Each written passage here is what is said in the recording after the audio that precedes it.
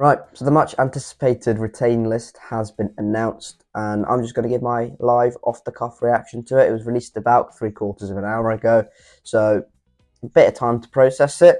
And yeah, we'll just react to the key players that have been released. Obviously, the youngsters from the academy system and the academy setup have been released as well. And I'll be giving my reaction to it all and how it could possibly hamper, hinder, help Bristol City's summer transfer window and the business that takes place there. So, three key players that have been released from the first team are Matty James, Andy King, and Andy Vyman. Obviously, we knew Andy King was going to go. He announced his retirement before the Stoke game. Easily won that. Look, massive career, King. He's taken Leicester League One, Championship, won both divisions, and then taken to the Premier League, and then to win that division as well. It's just stupidly good. So, massive congratulations to Kingy on his illustrious career, and I'm sure he'll have a very good career, whether that's with us in the coaching perspective, whether that's with us or with Leicester or with anyone else. I'm sure he'll have a highly successful coaching career. It looks like he's a sort of player with all the credentials to go and do it.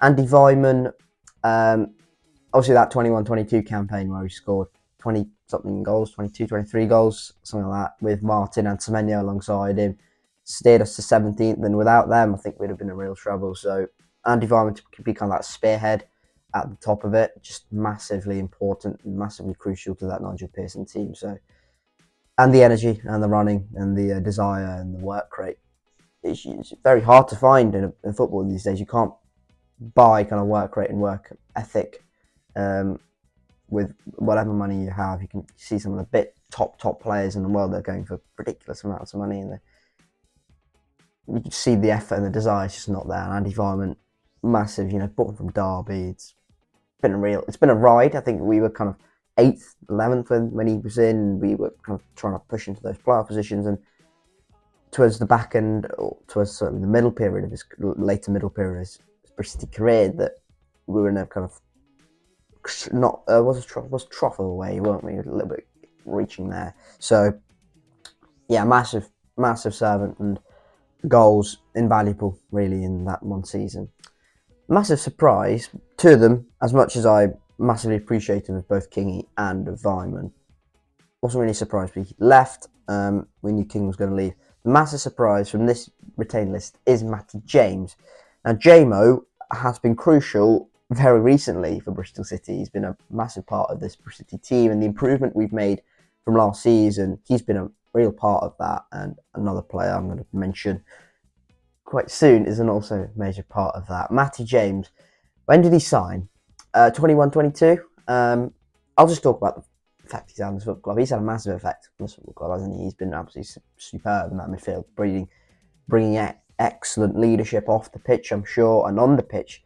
He's kind of being that operator in the middle of it, just kind of dictating things in the Bristol City midfield and Bristol City aspect of things. I think it's no coincidence that when he came back into the setup, and when Scott Twine as well came back into the setup, we went on a really, really good run towards the back end of the period. Obviously, that might have been coupled with the fact that we play with a bit more freedom, nothing to play for and all that.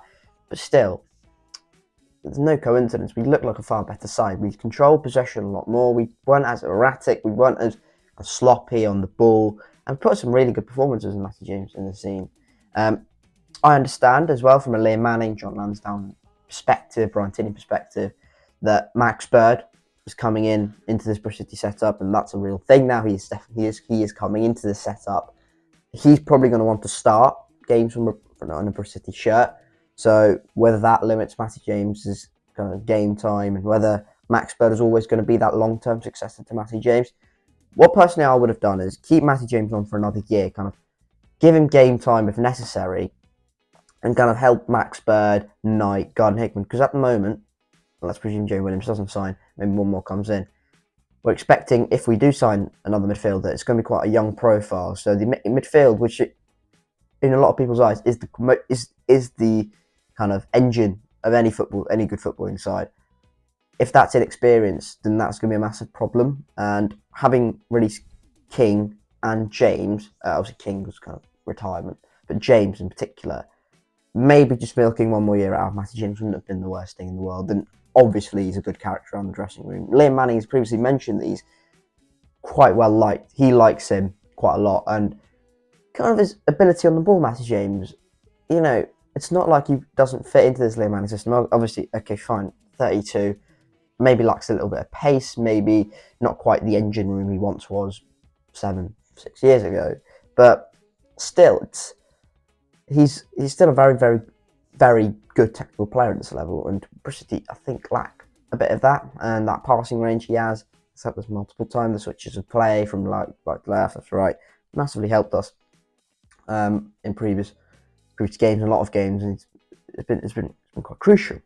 Actually, Manning said the players departing have been fantastic servants in the club. They're all top professionals and have made their mark. And I wish them all the best in the future. Mabude and Scott Twine both left and gone back to KVC Westerlo and to Burnley, respectively.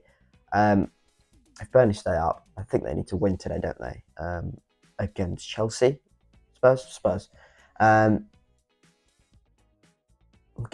Bring back Scott Twine, but that will be a very hard deal to pull off now, considering Burnley are probably destined for the Championship.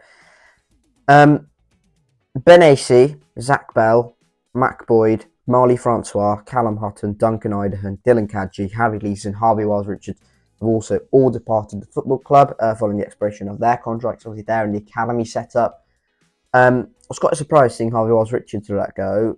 Benassi, Dylan Kadji, Duncan Idahan, obviously they've kind of made a mark on the first team a little bit. They've played a couple of missed sub appearances, haven't they?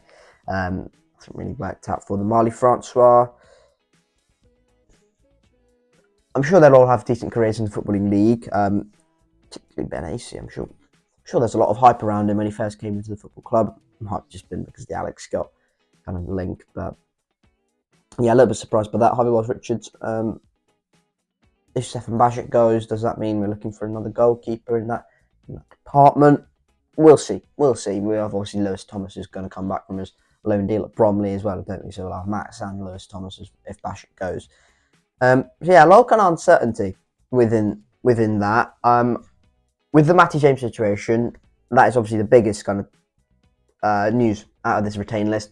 Well, I would have personally kept him on for another year. I'm sure JMO would have liked a couple of years, but I'm sure he would also kind of been realistic about the fact of his age. Maybe there is a bit of a decline incoming. It's not showed it on the pitch this season. I mean, a lot of players at 32 in a pretty high pressing team don't normally go and thrive like JMO has done. So for him to do that is massively impressive.